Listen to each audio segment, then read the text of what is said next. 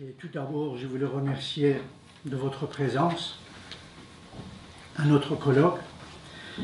Et je tiens à remercier particulièrement l'ensemble des intervenants, chercheurs de renom, universitaires et spécialistes, qui ont accepté d'apporter leur éclairage sur la géopolitique de l'islam. Je profite de cette occasion pour remercier également Monsieur le député maire Jacques Millard de l'accueil chaleureux qu'il nous a réservé. Je tiens à remercier également les membres des corps diplomatiques présents, dont les excellences, les ambassadeurs de Bolivie, de Bulgarie, d'Égypte, du Kosovo, de Macédoine, du Soudan, du Sultanat d'Oman, l'ambassadeur délégué et représentant permanent de la République gabonaise auprès de l'UNESCO et l'Organisation internationale de la francophonie, ainsi que les corps diplomatiques d'Algérie, d'Allemagne, d'Arabie saoudite, du Brésil, de Chine, de Grande-Bretagne, du Danemark, de Géorgie, d'Inde, d'Irak, d'Iran, de Mongolie, du Nicaragua, des Philippines, du Portugal, de Roumanie, de Russie, de Serbie, de Suède, de Suisse, de la République tchèque, la délégation de la mission de la Ligue des États arabes et la mission de Palestine. Je tiens aussi à remercier Madame Marie-Reine Hassen, ancienne ministre des Affaires étrangères du Centrafrique, Monsieur Gérard Coursin, ancien conseiller de président, Monsieur Jacques Chirac, conseiller à la Banque mondiale de Paris, Monsieur Félix Mimiche, ancien ministre, conseiller à la présidence de transition tunisienne, ainsi Monsieur Kazem Vadihi, ancien ministre iranien de l'Éducation nationale, et les anciens ambassadeurs présents aujourd'hui parmi nous.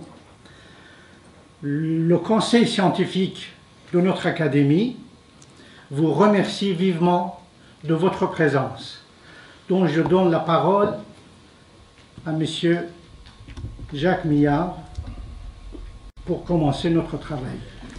Bien, je vais peut-être vous dire un mot d'introduction, mais rassurez-vous, c'est vous qui allez faire le travail, parce que je n'ai pas la prétention d'être capable à moi seul de traiter la géostratégie de l'islam. Je vous le dis tout net. Même si, depuis des décennies, je me suis beaucoup intéressé au monde arabo-musulman et que j'ai effectué plusieurs missions dont nous avons rendu avec M. Glavany, notamment un rapport, il y a maintenant quelques mois, sur les révolutions dites arabes, ou le printemps arabe, que nous avons intitulé « Quand les arbres se mettent à bouger ». Donc il est clair qu'il se passe des choses dans le monde arabo-musulman, mais que ces choses-là ne seront pas toujours dans le sens que nous souhaiterions collectivement. Je regrette que la France ne se soit pas davantage intéressée ces dernières décennies à l'évolution du monde arabo-musulman. Certes, on peut comprendre cette attitude par le fait qu'elle a voulu, et que l'Europe, la Grande-Bretagne aussi, tourner une page qui était celle de la décolonisation.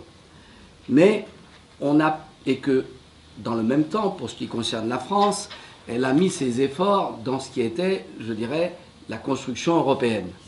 Et elle a négligé, je le dis, en termes de politique étrangère, tout le pan méditerranéen, africain, proche et moyen-oriental, et que d'un coup, elle a compris qu'il s'y passait des choses.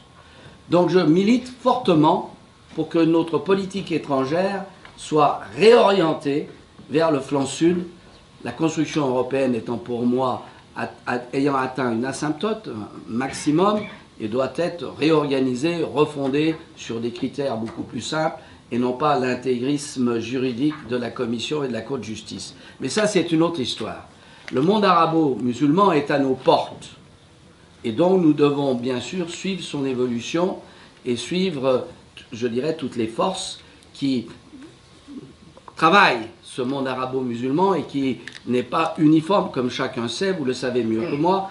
Il y a bien sûr un monde et une civilisation globale très intéressante, mais il y a aussi des données nationales très fortes, pays par pays, il ne faut pas l'oublier. Donc cela me paraît extrêmement intéressant que nous, Français, et notamment à l'Assemblée nationale, nous suivions avec attention, vigilance, l'évolution de ce monde à 2 heures d'avion de Paris. Qui plus est, avec une croissance démographique qui peut poser problème de stabilité, non seulement dans les flux sud-nord, mais aussi sud-sud, et qui peut être extrêmement déstabilisateur pour nombre de ces pays. Je regrette également que nous n'avons pas fait suffisamment d'efforts, alors que nous avions, il y a maintenant un demi-siècle, de très prominents professeurs qui connaissaient cette civilisation, que nous avons négligé l'apprentissage de la langue arabe. Et je pense que c'est quelque chose que nous devons réapprendre. Souvent, je dis d'ailleurs à des parents d'élèves qui disent « Ah mais il faut qu'il apprenne l'anglais, c'est tout juste si on ne va pas apprendre l'anglais, n'est-ce pas, lorsque l'enfant est encore dans le ventre de sa mère ?» Je dis « Mais attendez, non, apprenez les langues d'avenir. » Et l'arabe est une langue d'avenir.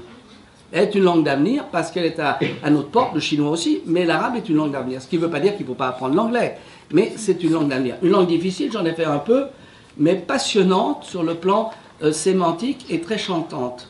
Donc je regrette que nous n'ayons pas fait ces efforts suffisants pour apprendre l'arabe et je souhaite que nous réinvestissions ce champ intellectuel, ce champ économique, ce champ des rapports humains et que nous mettions en place, je le dis comme je le pense, une politique multibilatérale à l'égard de l'ensemble de ces pays, car nos intérêts, les intérêts des pays arabo-musulmans, ne sont pas ceux, je dirais, de l'Union européenne en tant que telle.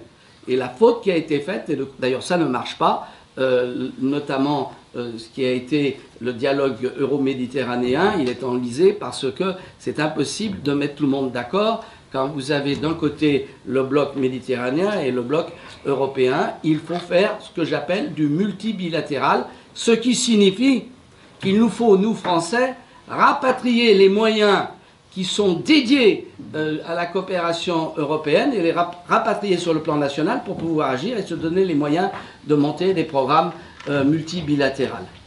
Donc ça me paraît extrêmement important et je me félicite, mon cher Ali, que vous puissiez, je dirais, mettre en débat cette question de la géostratégie de l'islam dans sa diversité, dans ses dangers aussi, puisque vous avez vu qu'aujourd'hui l'Assemblée nationale fait respecter des règles extrêmement strictes et nous allons continuer à le faire, mais c'est extrêmement important que nous puissions le faire. Mais je voudrais terminer par un point qui est la spécificité française.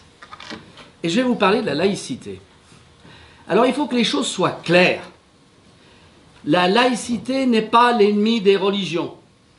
Mais la laïcité, c'est un corpus de règles qui permet à chaque religion d'exister, d'être pratiquée, mais de ne pas empiéter sur la religion des autres.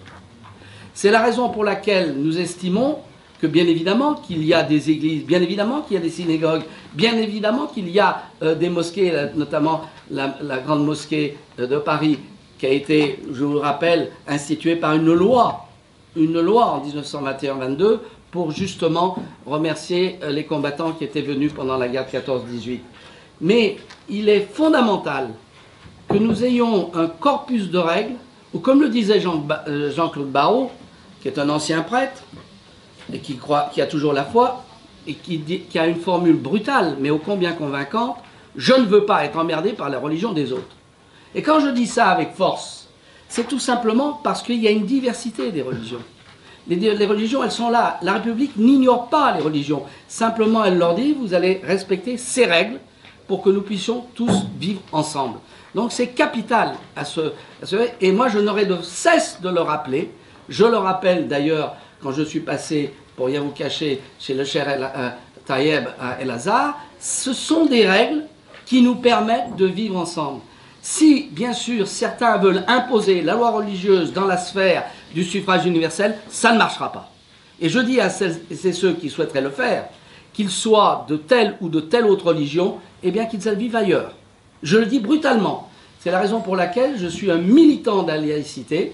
Alors ça ne suffit pas, bien évidemment, pour établir l'ensemble du vouloir vivre ensemble, parce qu'ensuite il faut, bien sûr, je dirais, soigner les plaies, parce qu'il y a beaucoup de frustration dans ce qui se passe, il y a beaucoup de problèmes économiques, il y a beaucoup de problèmes d'interrogation identitaire, mais il n'en demeure pas moins que moi je veux voir en face, non pas des Français musulmans, non pas des Français juifs, non pas des Français catholiques, mais des citoyens français, point barre.